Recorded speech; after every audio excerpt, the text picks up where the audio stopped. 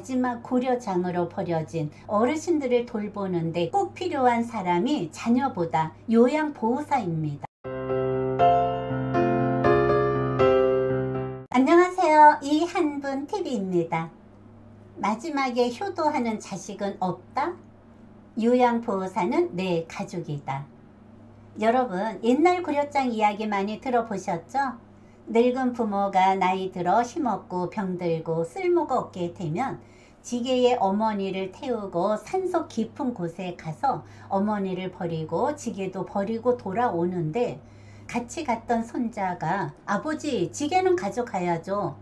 이제 지게는 필요 없다고 하자 손자가 말하길, 아버지도 늙으면 쓸모가 없어질 테니 지게에 실어 산속에 버려야 하니 지게가 필요하다고 말을 하자, 그 말을 들은 아버지는 아차 싶어 다시 어머니를 업고 내려와서 지극정성으로 모셨다고 합니다. 이것이 옛날의 고려장이었어요.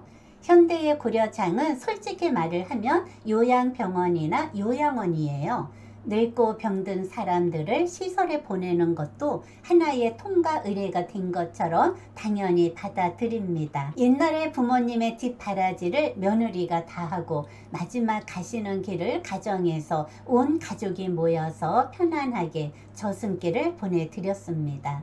그것이 부모에 대한 자식에 마땅한 도리인 줄 알고 그렇게 행동을 했어요. 그러나 세상이 변하면서 맞벌이 부부가 늘어나고 바쁘다는 핑계로 돈이 있는 자식은 가난하게 사는 형제한테 생활비를 지원해 줄 테니 부모님을 모시던가, 싫다고 하면 요양원으로 모셨습니다.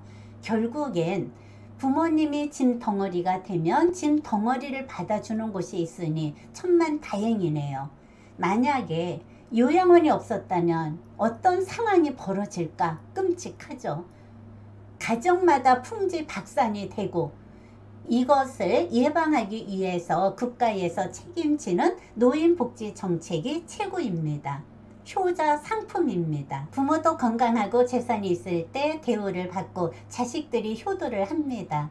부모도 건강하고 능력이 있을 때 부모 노릇을 하며 자식들이 들락날락거리며 업신여기지 않고 효도를 나름대로 합니다. 반대로 부모가 능력이 없으면 자식들 눈치를 보고 형제간의 분쟁이 수시로 일어납니다.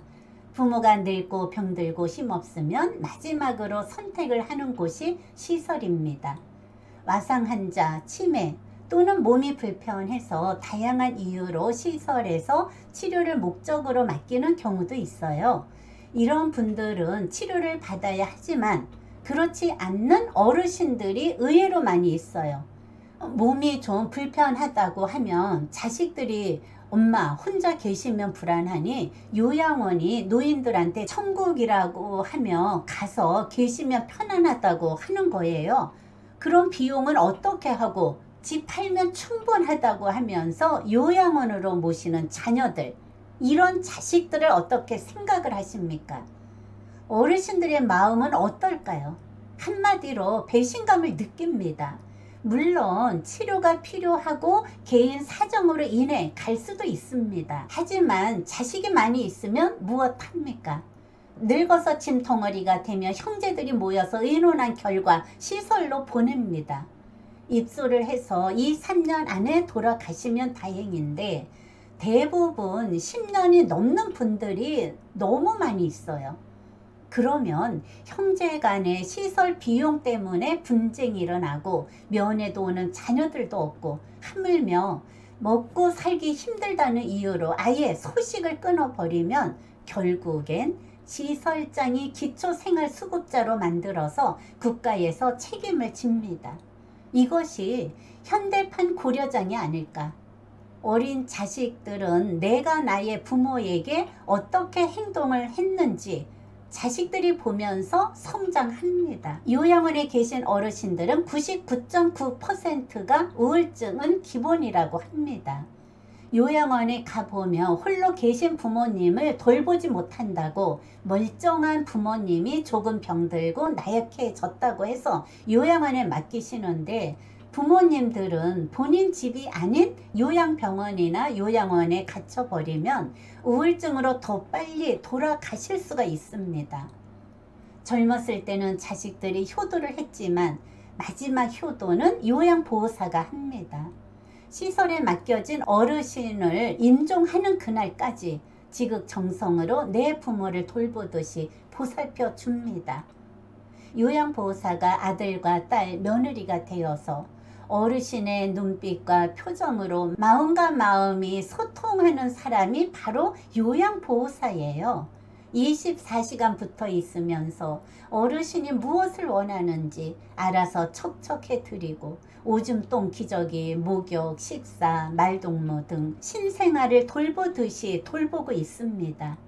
내 자식은 하지 못하는 일을 하고 있으니 요양보호사는 현대판 심청이가 아닐까. 하지만 요양원에서 돌발 상황이 벌어질 수도 있습니다.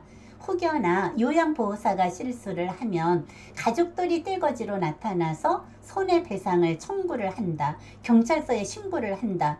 편히 계시라고 시설에 맡겼는데 난리를 피우며 갑질이나 하고 깐깐하게 요양보호사를 감시하고, 이것은 부모를 위한 것이 아니라 자신들을 위한 것이죠. 요양보호사한테 잘해주는 것이 부모님한테 잘한다는 것을 알았으면 좋겠습니다. 요양보호사가 마지막까지 임종을 지킵니다. 침상에 누워서 죽음을 쓸쓸히 맞이하는 어르신을 바라보면서 따뜻한 눈길을 보내며 묵묵히 옆에서 손을 잡아주는 것, 이것이 마지막까지 하는 효도입니다. 자녀들한테 임종을 알리면 그때 달려와서 이렇게 돌아가시면 어떡하냐고 더 살아 계시지 울고 불고 하면서, 엄마, 내가 집에서 편히 모셔야 했는데 모시지 못해서 후회가 된다고. 어머니가 이 소리를 들으며, 이놈아, 입에 침이나 바르고 똑바로 말해라. 내가 더 일찍 죽었어야 하는데 의학이 발달해서 오래 살아서 미안하다. 내가 너를 어떻게 키웠는데 너도 늙어봐라. 요양보호사의 무게는 입의 무게가 중요하다는 말이 있어요. 그들은 입의 무게를 중요시하며 마지막 고려장으로 버려진 어르신을 위해서 마지막 효도를 하고 있으니 어르신한테는 내 자식이나 다름이 없습니다. 삼류직업이라 똥기저귀나 갈아주며 식모살이를 한다는 등 남들은 우습게 보지만 어르신들을 돌보는데 꼭 필요한 사람이 자녀보다 요양보호사입니다. 너나 나나 할 것 없이 젊어서는 자식들한테 효도를 받고 늙어서는 요양보호사한테 마지막 효도를 받고 세상을 떠납니다. 여러분, 부모님 살아계실 때 일주일에 한 번이라도 안부 전화를 하는 것은 어떨까요? 인생은 물레방아처럼 돌고 돌며 우리도 다 늙으면 요양원은 우리의 미래의 모습입니다. 지금까지 시청해 주셔서 고맙습니다.